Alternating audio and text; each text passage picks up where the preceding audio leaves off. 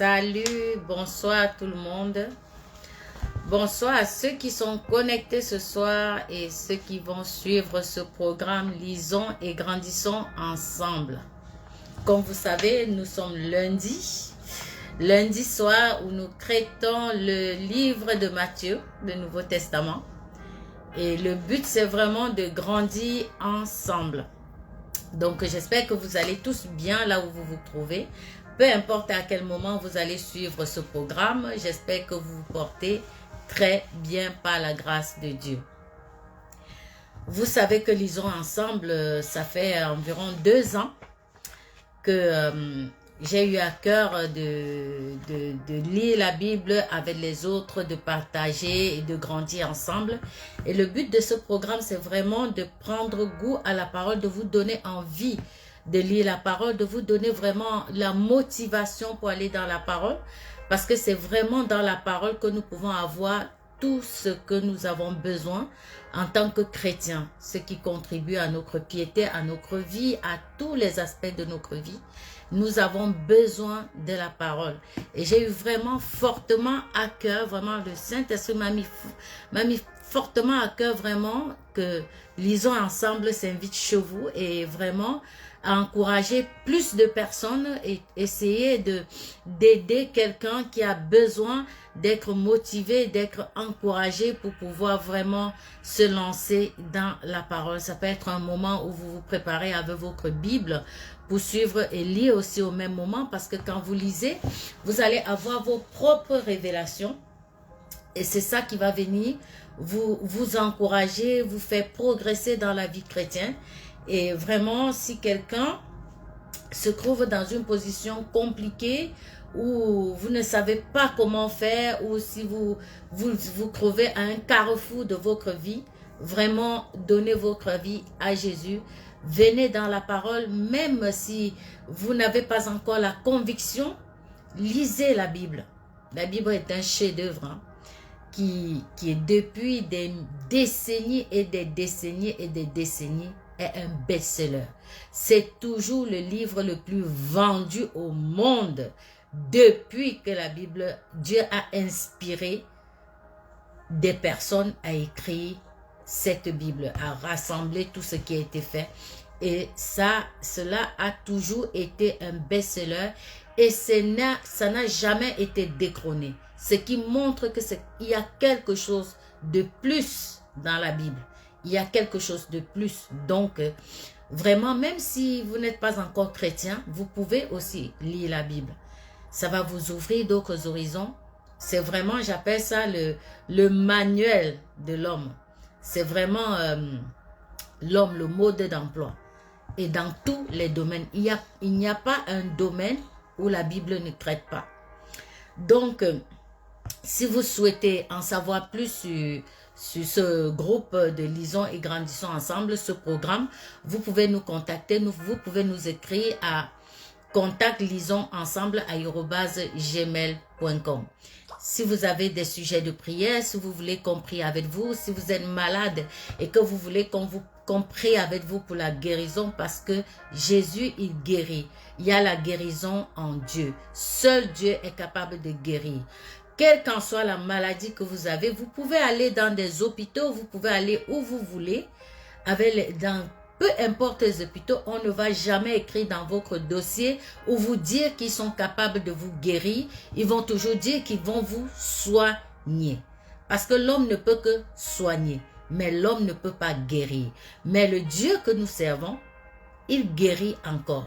Par les meurtrissures de Jésus-Christ, vous avez été guéris. C'est pas que vous allez guérir, vous avez été guéris. La guérison est en vous.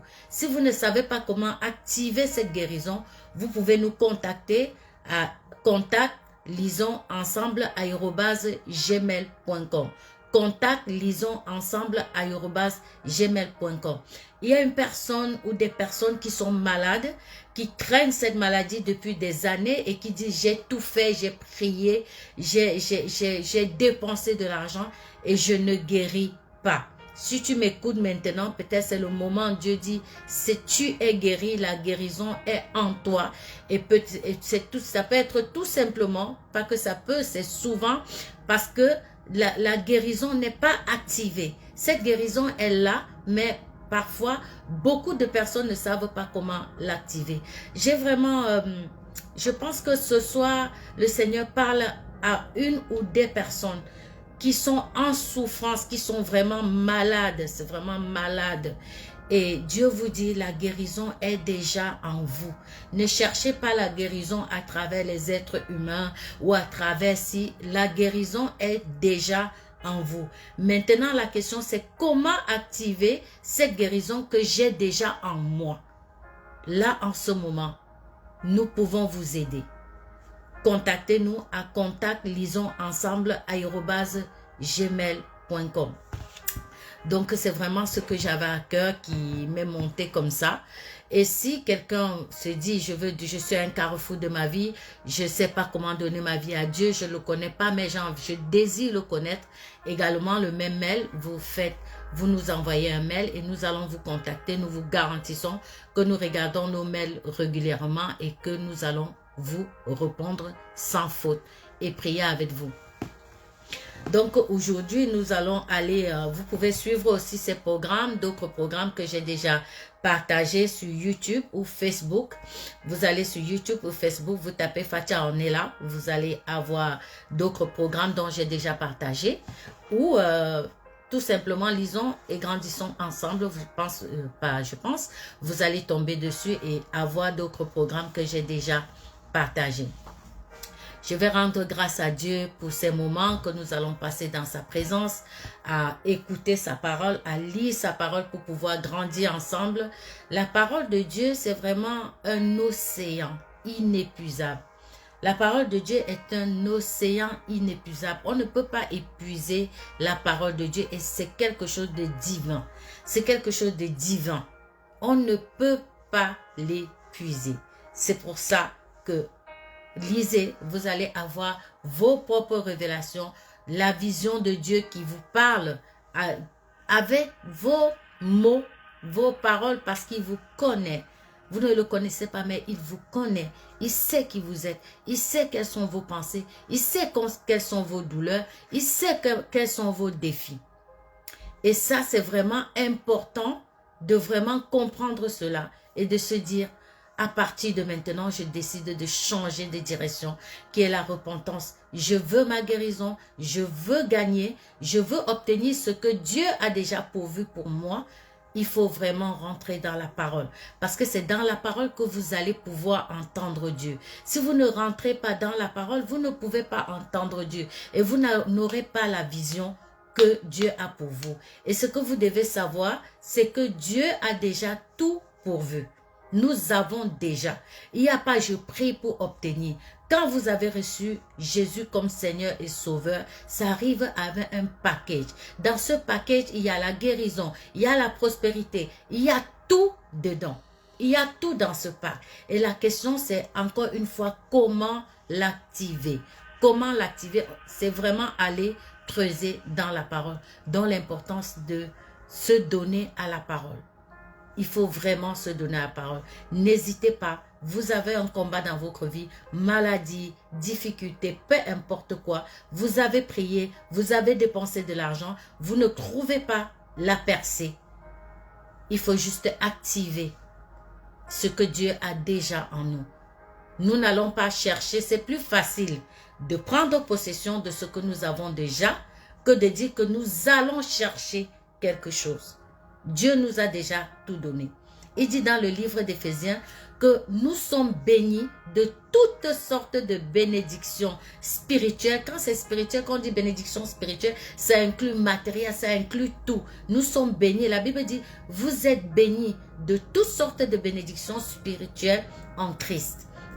Donc, si on est déjà béni en Christ, si on l'a déjà, généralement, on nous parle, on nous communique la parole comme si nous devons nous battre et lutter pour aller chercher quelque chose que nous avons déjà.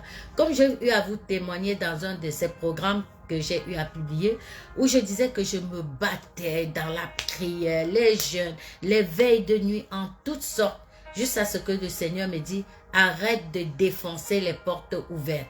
Arrête de défoncer les portes ouvertes. En fait, Dieu m'a fait comprendre à travers sa parole que j'avais déjà tout reçu de lui. Et il m'a appris comment les activer. Donc, peu importe vos défis, vous pouvez nous envoyer un mail et on va échanger avec vous avec les versets. Priez sur ces versets-là pour activer ce que vous avez déjà en Christ. Amen. Merci Seigneur. On va lire aujourd'hui le chapitre 5 du livre de Matthieu. Et dans ce livre de Matthieu, on va voir la première partie aujourd'hui parce que c'est riche. Le chapitre 5 de Matthieu, c'est vraiment un verset qui est très, très, très riche. Un chapitre, pardon, qui est très riche. Donc, on va partager la première partie que je vais lire, le sermon sur la montagne, la béatitude. Voyant la foule, Jésus monta sur la montagne et après qu'il se fut assis, ses disciples s'approchèrent de lui. Puis ayant ouvert la bouche, il les enseigna et dit, « Heureux les pauvres en esprit, car le royaume des cieux est à eux. Heureux les affligés, car ils seront consolés. Heureux les humbles de cœur, car ils hériteront la terre. Heureux ceux qui ont faim et soif de la justice, car ils seront rassasiés. Heureux les miséricordieux, car ils obtiendront miséricorde. Heureux ceux qui ont le cœur pur, car ils verront Dieu. Heureux ceux qui procurent la paix, car ils seront appelés fils de Dieu. Heureux ceux qui sont persécutés pour la justice, car le royaume des cieux est à eux. Heureux serez-vous lorsqu'on vous outragera, qu'on vous persécutera et qu'on dira faussement de vous toutes sortes de mal à cause de moi. Réjouissez-vous et soyez dans l'allégresse, parce que votre récompense sera grande dans les cieux, car c'est ainsi qu'on a persécuté les prophètes qui ont été avant vous. Je vais m'arrêter sur cette première partie et on va vraiment voir le chapitre 5 sur plusieurs parties. Et quand je vais vous lire un psaume, c'est le psaume 40, 10 à 9, qui va un peu être, comment dirais-je, l'entrée de ces versets qu'on vient de lire. Le psaume 40, 10, 11 dit, « J'annonce la justice dans la grande assemblée. Voici, je ne ferme pas mes lèvres, Éternel, tu le sais. Je ne retiens pas dans mon cœur ta justice. Je publie ta vérité et ton salut. Je ne cache pas ta bonté et ta fidélité dans la grande assemblée. » Et ces paroles s'adressent parce que les Juifs prétendaient à l'époque, nous savons que toutes les paroles qui sont écrites dans la parole de Dieu ont été adressées à un peuple, le peuple juif, qui avait été choisi, que Dieu avait choisi pour passer par eux, pour annoncer la lumière à d'autres nations. Et ce peuple, c'était le peuple juif. Et eux, pour eux, ils se disaient qu'en fait, parce qu'ils sont descendants d'Abraham, ils n'avaient plus rien à faire. Ils avaient mis en place des traditions et qui avaient complètement exclu ce que Dieu disait dans sa parole. Et ils avaient mis tellement de traditions en place que, en fait, ils s'étaient éloignés de Dieu. Et ici, Jésus vient leur enseigner les caractéristiques, ce qui caractérise ceux qui hériteront du royaume. Ces versets du chapitre 5 de 1 jusqu'à 12 nous donnent les caractéristiques de ceux qui hériteront le royaume des cieux. Ce n'est pas parce que je suis juif, quelqu'un va dire je suis juif, et parce que je suis juif, je suis descendant d'Abraham, donc j'hérite automatiquement du royaume. Non, parce que de toute façon, Jésus est venu avec des enseignements très précis et ici il nous donne les caractéristiques et tout chrétien est aussi descendant et héritier d'Abraham par la foi. C'est pour ça que Dieu avait promis à Abraham qui sera père d'une multitude et cette multitude c'est nous aussi, nous sommes dans cette alliance, nous sommes descendants d'Abraham par la foi. Donc ici quand il parle, il dit heureux les pauvres en esprit. Qui sont les pauvres en esprit? Les pauvres en esprit, c'est ceux qui croient en Dieu comme des petits enfants. Dieu est un bon père. C'est un père. Et ce père sait prendre soin de nous mieux que nous-mêmes. Il y a cette parole qui dit, méchant comme vous êtes, si vous savez donner les bonnes choses à vos enfants, vous pouvez déplacer des montagnes pour vos enfants si vous pouvez. Combien de fois Dieu? Donc ceux qui croient en Dieu, parce qu'il y a ceux qui disent je suis chrétien, croient en Dieu, mais ils sont dans leur intellect, ils veulent tout calculer d'eux-mêmes, ils veulent tout faire d'eux-mêmes. Or, quand Dieu dit, la parole de Jésus dit ici, heureux ceux qui sont pauvres en esprit, c'est pas genre vous êtes simplés ou fous, c'est genre de dire vous croyez à votre Père comme un enfant, vous croyez en Dieu comme un enfant. Parce que quand vous voyez, si vous avez des enfants, vous allez voir que vos enfants, ils croient en vous. Si vous leur promettez quelque chose, ils attendent quand ils sont petits. C'est quand ils deviennent grands qu'ils commencent à dire, bon maman, ou papa, est-ce qu'il va vraiment me donner? Mais quand ils sont petits, si vous dites, je t'achète un gâteau, il attend impatiemment. Si vous lui dites, je t'achète un cadeau ou quelque chose, ou je t'amène quelque part, ou je vais t'amener quelque part, l'enfant, il croit. Il ne se pose pas de questions, il sait juste que papa a dit, il va le faire. Si vous dites à l'enfant, reste là, je t'apporte ci, il va le croire. Si c'est l'enfant qui comprend, si tu dis, assois-toi là, je vais chercher ton cadeau, il va attendre. Il sait que papa a dit, et si papa a dit, il va recevoir ce cadeau. Il le croit. C'est ça être, quand Jésus dit, heureux les pauvres en esprit. Les pauvres en esprit, c'est ceux qui croient en Dieu comme des enfants. Dieu, ils lisent la parole, Dieu leur parle dans leur cœur sur tel verset, ils obéissent, ils ne se posent pas de questions, ils ne disent pas, ah Dieu, tu me dis de pardonner à tel, regarde ce qu'il m'a fait, ah, il m'a fait ceci, hein. Ça, c'est pas un enfant. Un enfant, c'est un enfant, Dieu me dit de pardonner, je pardonne. Dieu me dit de balayer, de laver tout ce qu'il y a dans mon cœur de mal, je les lave. Dieu me dit, tu fais un don à telle personne, je fais le don. Dieu me dit, va à tel endroit, même si j'ai un travail super qui me rapporte de l'argent. Dieu m'a dit, déménage de là et va à tel endroit. Il y va parce qu'il fait confiance à Dieu. Et Dieu aura toujours le meilleur pour nous. Et il a toujours au-delà de ce que nous demandons et pensons. Il y a ce verset qui dit que à celui qui peut tout faire, par la puissance qui agit en nous infiniment au-delà de ce que nous demandons et pensons. Et c'est à Dieu la gloire. Je crois que c'est dans Éphésiens au verset 20. Donc, vous comprenez que un pauvre d'esprit, c'est un enfant qui croit en Dieu sans se poser de questions. Seigneur, que ta volonté soit faite. Et de rester dans une attitude où vous voulez recevoir Dieu, vous voulez recevoir ce que Dieu a prévu pour vous. Je vais dire à une personne ici, Dieu a prévu un projet dans ton cœur. N'aie pas peur de le faire parce que les gens vont te dire des choses qui vont te décourager. Les gens vont parler et ça va venir casser cet élan. Dieu est en train de te dire ce soir, je t'ai parlé, fais-moi confiance. Ton Père Céleste dit, fais-moi confiance, vas-y, il est celui qui pourvoit. Il est Jéhovah Jireh, il est celui qui prend soin de toi mieux que toi-même, qui te connaît mieux que toi-même. Il dit dans sa parole qu'il connaît le nombre de cheveux sur ta tête. Toi-même, tu ne connais pas le nombre de cheveux sur ta tête, mais Dieu le sait. Il faut faire confiance en Dieu comme un enfant. C'est ça quand Dieu dit heureux les pauvres en esprit. C'est ceux qui font comme des enfants. C'est ceux-là, ils vont hériter le royaume des cieux. Amen. Et ensuite, il dit heureux les affligés. Ils seront consolés. Les affligés, c'est ceux qui traversent des périodes difficiles, des périodes compliquées, des situations où tu ne comprends pas. C'est ça quand on est affligé. On est même en deuil. On a une famille brisée, mariage brisé, où j'ai perdu mon travail et tout. C'est ça être affligé. Quand il parle ici, heureux les affligés. Heureux les affligés. C'est au verset 4. Et quand tu es affligé et que tu vas dans la présence de Dieu, il dit, il va vous consoler. Heureux les affligés, car ils seront consolés. Dieu est un bon père qui sait consoler ses enfants.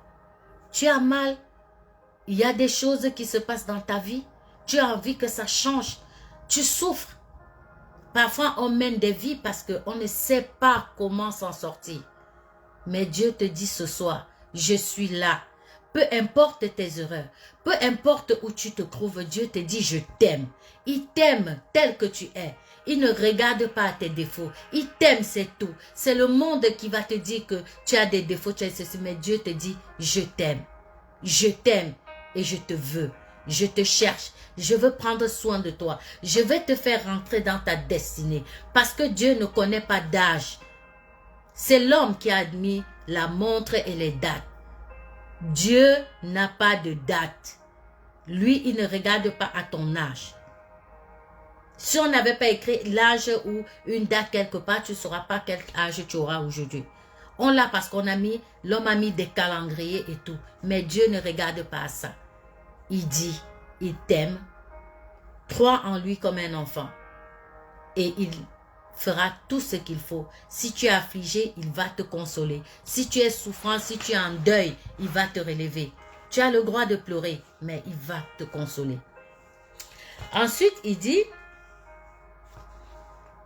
heureux les humbles de cœur, car ils hériteront la terre. Être humble, c'est parce que les gens se trompent beaucoup dans ce qui, quand on parle de humble, je vais parler surtout dans le milieu chrétien,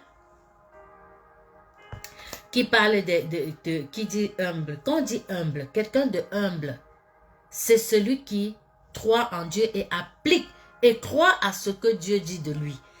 Aujourd'hui, le corps du Christ, les chrétiens sont remplis d'orgueil et ils appellent ça être humble. Tu vois quelqu'un, il te dit, il est né de nouveau, il croit en Dieu, Dieu l'a racheté, Dieu a lavé ses péchés, mais il va te dire, oh moi, je ne dis pas ça, moi je me reconnais comme un pauvre pécheur. Ça, ce n'est pas être humble, c'est de l'orgueil.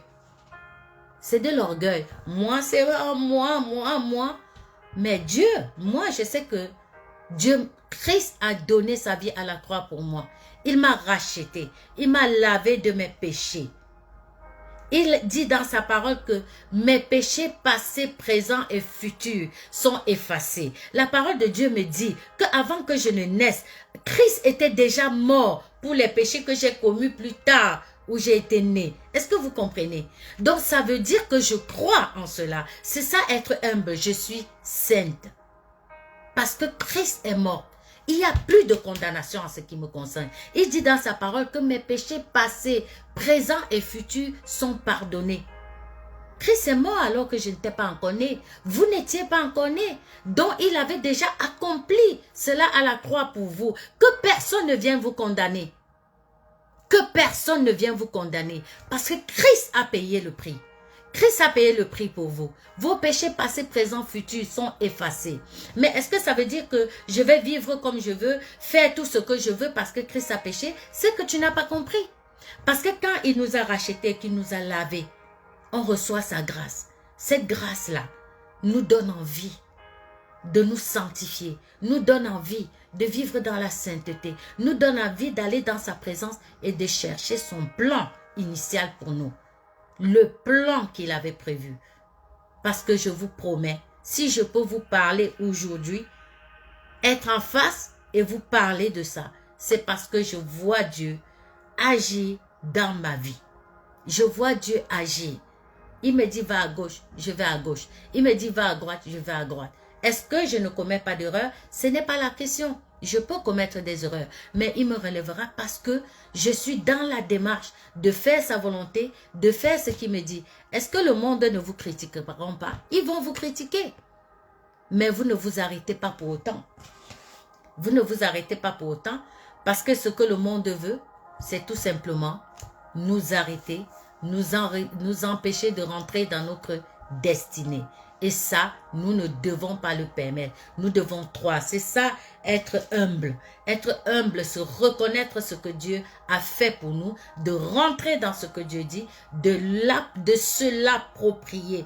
Pas que Dieu dit tu es saint et tu dis oh je suis pauvre pécheur. Tu n'es pas humble. Ça veut dire que tu es en train de dire à Dieu, Dieu, je suis plus intelligente que toi.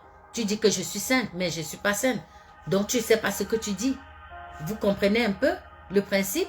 Donc être humble, c'est croire à ce que Dieu nous dit. Et ça nous renvoie un peu dans pauvre en esprit. C'est croire en Dieu comme des petits enfants.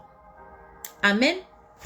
Ensuite, toujours dans le même chapitre, après heureux les peu, il dit heureux ceux qui ont soif ceux qui ont faim et soif de justice, car ils seront rassasiés. Ici, ceux qui ont soif de justice, c'est ceux qui cherchent leur justice dans la parole de Dieu, qui cherchent dans le royaume, qui ne cherchent pas la justice du monde. On m'a fait ci, je vais me venger, je vais aller ceci, je vais aller cela. Les justes, ceux qui ont soif et faim de justice, vont chercher leur justice. Leur justice, ils recherchent cela, pas dans le monde, mais dans la présence de Dieu, dans la parole de Dieu. Ils donnent leur vie à Dieu. Parce que c'est en donnant ta vie à Dieu, tu rentres dans le royaume de Dieu. Et quand tu rentres dans le royaume de Dieu, tu commences à vivre, à être dans ce qu'on appelle la vie éternelle. La vie éternelle ne renvoie pas à la longueur ou à la durée de vie, mais ça renvoie, on verra ça plus tard dans d'autres chapitres, ça renvoie à la relation que vous avez avec Dieu. Ce que Dieu vous dit, ce que Dieu dit de vous, ce que Christ a fait pour vous. Et si vous avez soif de ça, vous allez chercher ça dans le royaume de Dieu et non dans le monde. Et en ce moment-là, vous allez recevoir ce que Dieu a prévu pour vous. Vous êtes la justice de Dieu et cette justice-là, vous le trouverez dans le royaume de Dieu uniquement et non dans le monde. Ensuite, il dit, heureux les miséricordieux. Les miséricordieux sont ceux qui agissent selon le principe, parce qu'il dit, heureux les miséricordieux. Heureux les miséricordieux. Le miséricordieux, c'est celui qui agit par les principes de la grâce et de la compassion. C'est ça quelqu'un qui est miséricordieux. C'est celui qui agit par compassion. Et celui qui agit par compassion, c'est ok, j'ai telle personne qui m'a fait ça, mon frère, ma soeur, peu importe, m'a fait telle chose. J'ai la capacité de le détruire. J'ai la capacité de lui faire du mal. Mais Dieu, il y a un jour Dieu m'avait parlé quand je n'avais pas encore compris ces choses, où j'étais pas plongée dans la parole, où j'avais tellement été blessée et bafouée que parfois il y avait des choses dans mon cœur qui me donnaient envie de réagir. Et tout jusqu'à ce que Dieu me rappelle cette prière que nous faisons, notre Père qui est aux cieux, que ton nom soit sanctifié, que ton règne vienne, que ta volonté soit faite sur la terre comme au ciel. Donne-nous aujourd'hui notre pain quotidien. Et on dit, pardonne-nous nos offenses, comme nous pardonnons aussi à ceux qui nous ont offensés. Et alors que Dieu m'avait amené et je récitais cette prière, je ne comprenais pas pourquoi. Je ne faisais que réciter et je voulais m'arrêter et ça repartait et ça repartait. Et à un moment, j'ai dit, mais Seigneur, qu'est-ce que je dois comprendre dans ces paroles? Qu'est-ce que je dois comprendre? Jusqu'à Dieu me tilte de pardonner comme nous pardonnons aussi. Nous demandons tous les gens, Seigneur, pardonne-moi, pardonne-moi. Mais quand notre frère ou notre soeur ou quiconque nous a fait du mal, a péché contre nous, nous a blessés, comment nous réagissons? Parce que de la même façon que nous disons, pardonne-nous nos offenses, comme nous pardonnons aussi à ceux qui nous ont offensés. Donc, ça veut dire que si je ne pardonne pas, il ne faut pas que je m'attende à ce que Dieu me pardonne. Même si Christ a déjà accompli, je vais être seul dans mon délire. Il n'y aura pas la grâce de Dieu sur ma vie si je ne pardonne pas. Puisque je fais cette prière en disant, pardonne mes offenses, comme je pardonne aussi à celui qui m'a offensé. Et là, il y a eu un voile qui est tombé. Et depuis ce jour-là, j'ai décidé que je ne vais plus retenir, quel qu'en soit ce que quiconque, peu importe qui peut me faire, ça peut me chagriner, mais je vous garantis que je ne dormirai pas avec. Je ne dormirai pas avec. Je ne louerai pas cette personne parce que quand quelqu'un vous fait du mal et que vous allez vous coucher, vous pensez, vous êtes en train de louer cette personne dans votre cœur. Pardonnez et louez Dieu, adorez Dieu. Dites à Dieu, toute chose concourt à mon bien. Cette personne m'a fait du mal, il pense m'avoir fait du mal, mais Dieu va changer cela en bien. Celui qui t'a blessé, celui qui t'a dénigré, Dieu va utiliser cela pour t'élever. Celui qui va venir saboter ce que tu fais, pendant qu'il sabote là, il sera plutôt en train de construire parce que Dieu va transformer ça en votre faveur. il va transformer cela en votre faveur. Donc, ayez la paix en Christ. Donc, miséricorde, pardonnez, la grâce. Donnez, accordez la grâce à ceux qui nous font du mal, aux situations compliquées, des personnes qui ne sont pas aimables. Les aimer. Un jour, j'ai dit à Dieu, quand j'ai compris ces choses, j'ai dit à Dieu, Seigneur, à partir d'aujourd'hui, j'ai prié le Saint-Esprit, aide-moi à aimer tout le monde, même s'ils ne m'aiment pas. J'ai dit, j'ai pris cette décision auprès de Dieu. J'ai décidé que tous ceux qui m'ont fait du mal, je vais les aimer. Et tout ce que je pouvais même penser ou même douter, ou quoi ça, s'il faut demander pardon, j'ai demandé pardon. Et j'ai décidé que même ceux qui m'avaient fait du mal, je leur ai demandé pardon. Alors qu'ils m'ont fait du mal à moi. Et je me suis dit,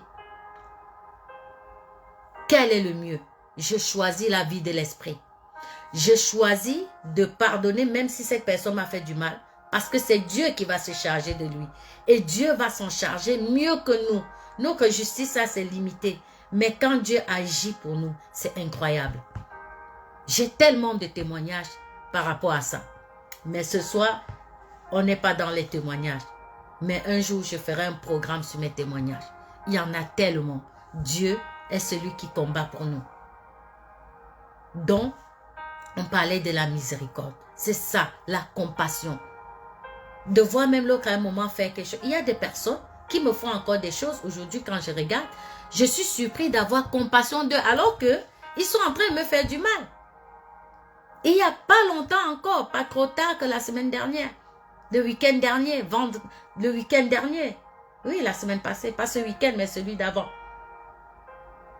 Oui, c'est ce week-end, entre jeudi et vendredi. Il y a des personnes qui vont raconter des choses, qui vont raconter des accusations, appeler un responsable et m'accuser. Mais j'étais choquée quand on est venu, on m'a appelé pour me parler de ça. Je dis, comment ça? Mais pendant que la personne me parlait et qui m'a parlé de la personne, j'ai eu tellement compassion de cette personne.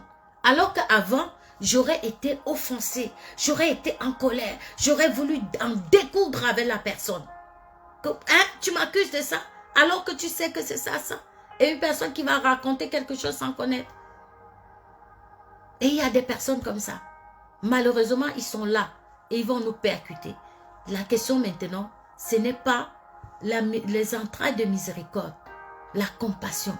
C'est que finalement, depuis que j'ai pris cette décision et que Dieu me remplit d'amour, je n'arrive plus à avoir cette peine qui va venir me donner envie d'en découdre. J'ai compassion de ces personnes. Et comment j'ai regardé cette personne, je vous garantis, quand celui qui m'a rapporté ces choses, quand j'ai raccroché, j'ai prié pour cette personne. Parce que j'avais des entrailles de compassion pour cette personne qui est en train de dire du mal, d'essayer de me faire du mal et de me détruire. J'ai prié pour cette personne. J'ai prié pour eux. Ils sont deux. J'ai prié pour eux. Parce que la miséricorde, la compassion. Et Seigneur, aide-leur à s'en sortir. Aide-leur à grandir spirituellement. Parce que ça aussi, tout ça, ce sont des signes d'immaturité spirituelle. Parce que quand on arrive à aller raconter des choses, qu'on sait que ce n'est pas vrai, juste pour créer des tensions, ben cette personne, il faut avoir compassion de cette personne. Parce que ces personnes n'ont pas de miséricorde. Et c'est ça, avoir la miséricorde pour eux. C'est ça. Heureux sont les miséricordieux. Et pendant que je fais comme cela, pendant que nous serons en train d'avoir miséricorde et compassion des autres, Dieu aussi aura compassion de nous. Et il prendra soin de nous. Il fera de même pour nous à notre tour. Amen. Et ensuite, on dit heureux ceux qui ont le cœur pur. Heureux ceux qui ont le cœur pur. Et dans ce verset, quand la parole dit heureux ceux qui ont le cœur pur, avoir le cœur pur ne veut dire pas qu'on fait tout bien. Avoir le cœur pur, c'est, comment dirais-je, ça ne veut pas dire que en fait, nous ne commettons jamais d'erreur et que nous faisons tout bien. Non, c'est pas ça, avoir le cœur pur. Avoir le cœur pur, c'est fonctionner de manière à aller, comment dirais-je, à aller tamiser les choses qui se passent, nos pensées, nos cœurs. C'est vraiment aller, comment dirais-je, aller chaque chose, nos pensées, amener la pensée dans la présence de Dieu et demander à Dieu et checker les pensées que j'ai dans mon cœur. Est-ce que ça glorifie Dieu? La façon dont je pense de telles situations ou de telles personnes ou de telles choses qui se passent, est-ce que c'est pur? Comment Dieu verra cette personne? Comment Jésus penserait de cette personne? Comment Jésus peut voir cette personne à travers cette situation?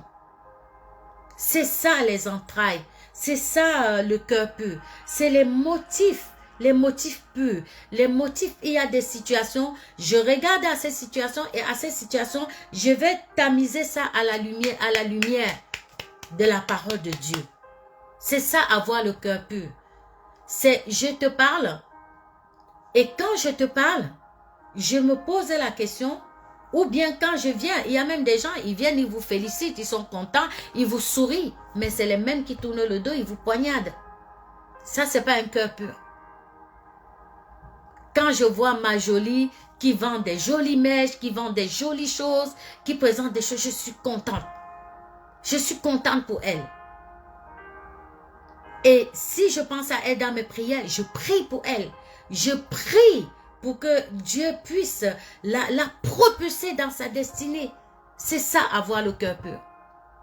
Le cœur pur, c'est pouvoir dire, ah, ma soeur ou mon frère est en train de faire ceci. Est-ce que je peux l'aider dans ce qu'elle fait? Est-ce qu'elle a besoin d'aide? Même la prière est une aide. Même la prière est une aide. Ce n'est pas que donner. Même la prière est une aide. Et c'est ça, avoir le cœur pur. Le cœur, je vais donner l'exemple. Aussi l'exemple d'une personne qui a le cœur pur, c'est une personne qui obéit. Le cœur pur aussi, c'est une personne qui obéit à ce que Dieu lui dit. Qu'est-ce que Dieu te dit? Qu'est-ce que Dieu te dit? Est-ce que ce que Dieu te dit, c'est ça que tu appliques ou tu appliques tes propres envies? Parce qu'il y a des gens qui appliquent que leurs propres envies. Et si tu appliques tes propres envies, tu n'as pas le cœur pur. Tu n'as pas le cœur pur. Et en ce moment-là, qu'est-ce qu'il faut faire? Il faut aller checker, ne pas faire que ce que tu veux faire et faire plutôt ce que Dieu veut que tu fasses. Et si tu fais ce que Dieu veut que tu fasses, tu as le cœur pur. C'est ça aussi l'exemple d'un cœur pur. Ça ne va pas toujours plaire aux gens, mais ce n'est pas grave. Du moment où vous allez dans la prière et que vous avez la conviction, le Saint-Esprit qui vous convainc en disant « va à tel endroit », dont l'importance d'être dans la parole. Quand vous êtes dans la parole, Dieu va vous communiquer des visions. Et quand Dieu va vous communiquer des visions, le monde viendra contre vous. Quand vous avez les projets, le monde viendra contre vous. Ils vont essayer de vous casser, ils vont essayer de vous détruire, de vous discréditer. Et si vous n'avez pas la parole, ou vous avez reçu la révélation de ce que Dieu vous a communiqué, et des plans et de où il vous envoie, on va vous déstabiliser. Ça veut dire que vous n'avez pas le cœur pur non plus. On va vous déstabiliser. On va vous déstabiliser, mais si vous avez la révélation de cette parole, vous obéissez à ce que Dieu dit, personne ne peut vous arrêter parce que c'est imprimé. C'est imprimé en vous. Et dont l'importance de ce qui est spirituel. Ce qui est spirituel est éternel. Ce qui est visible va s'arrêter. Est susceptible de s'arrêter. Mais ce qui est spirituel, on ne peut pas l'arrêter. Parce que même si tu fais quelque chose, Dieu t'a demandé de faire quelque chose que tu es en train de le faire. Tu as la conviction, tu as cette révélation, tu as les yeux fixés. Pendant que les gens vont imaginer tout ce qu'ils veulent imaginer autour, toi, tu as la conviction de ce que Dieu t'a communiqué. Et du coup, personne ne va t'éloigner. Ton cœur est pur parce qu'il est concentré sur la parole que Dieu t'a révélée. Il est pur. Mais s'il y a des trucs, machin, on va t'apporter les doutes. Et si, dont l'importance du cœur pur. Et ensuite, c'est long aujourd'hui, hein? Mais on va finir au moins cette partie. Et après, il dit, heureux les persécutés à cause de la justice. Ceux qui vont essayer de pratiquer la justice, ceux qui sont justes dans des situations, ça peut être dans des situations, mais parce que vous voulez rester dans la vérité, si vous écoutez le monde, ils vont vous accuser. Parce qu'ils voudront que vous vous rangez dans le camp de tel ou de tel. Mais si vous regardez à la parole, vous dites ici, la vérité était ça, vous ne dites pas le mensonge ou faire quelque chose pour plaire à quelqu'un, c'est ça aussi la justice. C'est d'être dans la vérité. Et ça, Dieu aime ça. Ceux-là, ces personnes que je suis en train de citer, c'est ça les caractéristiques de ceux qui hériteront le royaume. Pas parce qu'on est juif, non. C'est les caractéristiques de ceux qui hériteront le royaume. Ensuite, il dit, heureux lorsqu'on vous outragera à cause du nom du Seigneur. Il y a des gens qu'on va outrager, qu'on va dire mal de vous. Parfois, juste parce que vous faites ce que le Seigneur vous a mis à cœur de faire, vous serez outragés. Il dit ici, ceux qui seront outragés à cause de son nom. Dieu vous a mis quelque chose à cœur. Vous le faites. Vous mettez tout ce qui est à l'œuvre. Dieu a dit, je veux que tu ailles là, ou bien je te vois. Vous mettez les choses en place. Mais il y a des personnes, parce qu'ils n'osent pas le faire. Ils veulent plaire à l'homme. Ils veulent plaire aux hommes. Mais je vous garantis que si les hommes vous apprécient, si les gens vous apprécient, posez-vous des questions. Parce qu'il dit ici, ceux qui seront outragés à cause de son nom. Parce que je vous garantis que quand vous allez prendre la décision de faire ce que Dieu vous dit, l'ennemi viendra contre vous. La lutte n'est pas contre l'être humain, c'est pas contre l'homme, la chair et le sang, mais la lutte c'est contre les dominations, contre les esprits méchants. Parce que toutes ces personnes même qui vont venir contre vous, c'est l'ennemi qui les utilise contre vous pour vous arrêter. Le but du diable, c'est quoi? C'est de vous empêcher de rentrer dans votre destinée. Ils veulent casser, tuer la vision que Dieu vous a donnée. C'est leur rôle. Et ils vont vous perdre.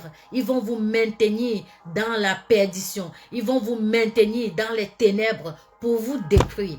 Alors que Dieu a une vision. Et je vais dire à quelqu'un ici, il n'est pas tard. Il n'est pas trop tard. Tu peux décider de changer de direction et de dire, Seigneur, tu dis ceci dans ta parole, je veux te suivre. Je veux faire ce que tu me dis. Montre-moi comment tu m'aimes. J'ai une soeur qui je prie souvent avec elle, qui rit, parce que je dis ça. Le matin, je dis, Seigneur, je veux voir encore combien tu m'aimes, parce que je sais qu'il m'aime, et je veux voir, comme un enfant, ils aiment quand tu leur dis que non. Je dis, Seigneur, j'ai envie de voir. Et parce que je suis dans cette attitude, je vois tous les jours l'amour et la bonté de Dieu dans ma vie. Et vous avez, comme ça, dans cette attitude, vous, c'est ça. C'est ceux-là qui hériteront le royaume. C'est ceux-là. Quand vous persécutez, on dit du mal. On peut dire du mal de vous. Si vous savez que vous savez, Dieu vous a donné une révélation. Il vous a donné une parole dans votre vie. Serrez-le fort. Peu importe ce que les autres vont dire. Ça va rester. On va vous persécuter. On va dire toutes choses mal de vous. Mais je sais que je sais que je sais, et c'est l'attitude que vous devez avoir, que quand ça sera le moment de l'avènement, je cours pour ma récompense, pas une récompense de ce monde, la récompense céleste.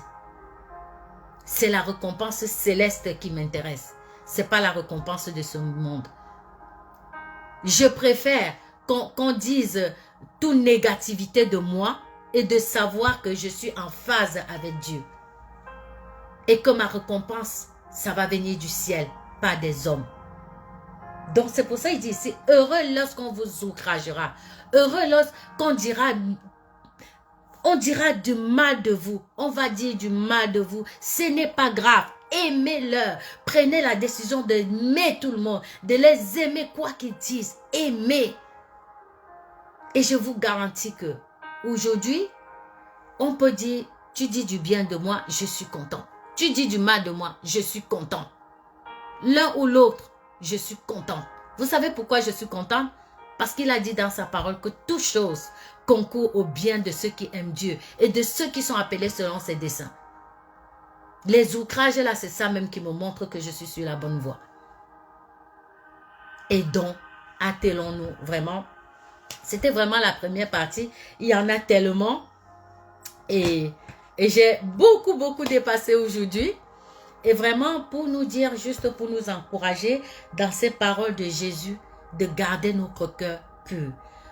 Aimons les autres. Aimons-leur. Peu importe ce qu'on peut dire de vous, il faut aimer. On a parlé de pauvre en esprit. Un pauvre en esprit, c'est celui qui aime Dieu comme un enfant. Aimons Dieu comme un enfant. Aimons Dieu comme un enfant. Si vous êtes affligé, Dieu va vous consoler. Ayons des entrailles de miséricorde. Heureux les miséricordieux. Ayons les entrailles de miséricorde. Utilisons les principes de la grâce et de la compassion envers nos frères et sœurs, envers les personnes que nous rencontrons. Et nous allons voir notre vie changer et transformer. Donc, on arrive au terme de notre programme. J'ai beaucoup dépassé ce soir, mais je veux continuer peut-être au moins 4 semaines sur ce chapitre 5 de Matthieu pour qu'on aille vraiment en profondeur, creuser et voir vraiment ce que Dieu dit. Quelles sont les caractéristiques, parce que c'était vraiment ça aujourd'hui, c'était les caractéristiques de celui qui rentrera dans le royaume de Dieu. C'était vraiment ça, ces caractéristiques. Et je vous dis, si vous avez des questions, vous voulez en savoir plus sur ce que j'ai partagé ce soir, envoyez-moi un mail à contactlisonsensemble@gmail.com. Si vous, comme j'ai dit au début, si quelqu'un a besoin de prière, si vous êtes malade, la guérison est en vous et vraiment, Dieu veut activer la guérison en vous. Si vous voulez qu'on active avec la parole de Dieu, et Dieu m'a vraiment communiqué comment activer la guérison et je le pratique pour moi et ça marche. La maladie et moi, ça ne rentrera plus. Est-ce que les symptômes viendront? Ils viendront, mais ils repartiront aussitôt. Parce que j'ai compris le principe et comment activer la guérison. Nous avons déjà tout en nous. C'est un package. Dieu a mis ce package en nous. Nous avons la guérison en nous. Il n'y a pas de je m'en vais faire ci pour obtenir. Ça veut dire vous achetez Dieu, on n'achète pas Dieu. La guérison, on l'a déjà. Vous avez déjà tout ce dont vous avez besoin. Pour prospérer, vous avez en vous. Pour guérir, vous avez en vous. Pour faire tout ce que Dieu veut que vous fassiez, c'est en vous. Ce n'est pas à l'extérieur, c'est en vous. J'ai parlé de ce verset qui dit dans Éphésiens, à celui qui peut tout faire par la puissance qui agit en nous infiniment au-delà de ce que nous pensons, ce que nous demandons et pensons. La gloire est à Dieu. La guérison est en vous. Il faut l'activer. Contactez-nous. Si quelqu'un qui va écouter ces programmes veut donner sa vie au Seigneur, ou si vous l'avez déjà fait, si vous voulez donner, faites juste cette prière. Merci Seigneur, j'ai encore entendu parler de toi ce soir et je désire te connaître. Je désire t'accepter dans ma vie, te recevoir comme mon Seigneur et Sauveur personnel. Seigneur, je te dis merci pour ce que tu as accompli à la croix pour moi. Je sais que tu m'aimes. Avant que je ne vienne au monde, il avait déjà payé pour toi. La porte est ouverte. La porte du salut est ouverte. Venez à lui. Si vous avez fait cette prière et que vous rendez grâce à Jésus pour ce qu'il a accompli à la croix et que vous voulez aller plus loin, vous voulez être accompagné, vous n'avez pas d'église locale et qu'il vous en avez besoin, contactez-nous, envoyez-nous un mail à contactlisonsensemble@gmail.com et nous allons vous aider parce que c'est important d'avoir une église locale parce que c'est ce qui va nous aider à grandir, c'est ce qui va nous aider à nous épanouir. Faut pas rester seul. Faut pas rester dans votre coin et dire je crois en Dieu, mais non, il faut appartenir à un corps. C'est vraiment important. Donc Dieu vous bénisse. On se retrouve mercredi comme vous savez. Lisons ensemble, c'est tous les lundis soirs et les les mercredis soirs aussi. Et le mercredi, nous allons parler de l'Ancien Testament. Et on va continuer à grandir ensemble. On est ensemble. Soyez bénis et que la grâce de Dieu repose sur votre vie. Et comme vous le savez, vous pouvez resuivre ce programme sur YouTube en tapant Facha On est là, où lisons et grandissons ensemble et vous allez pouvoir avoir plus de contenu. Soyez bénis et je vous aime. Shalom, shalom, shalom.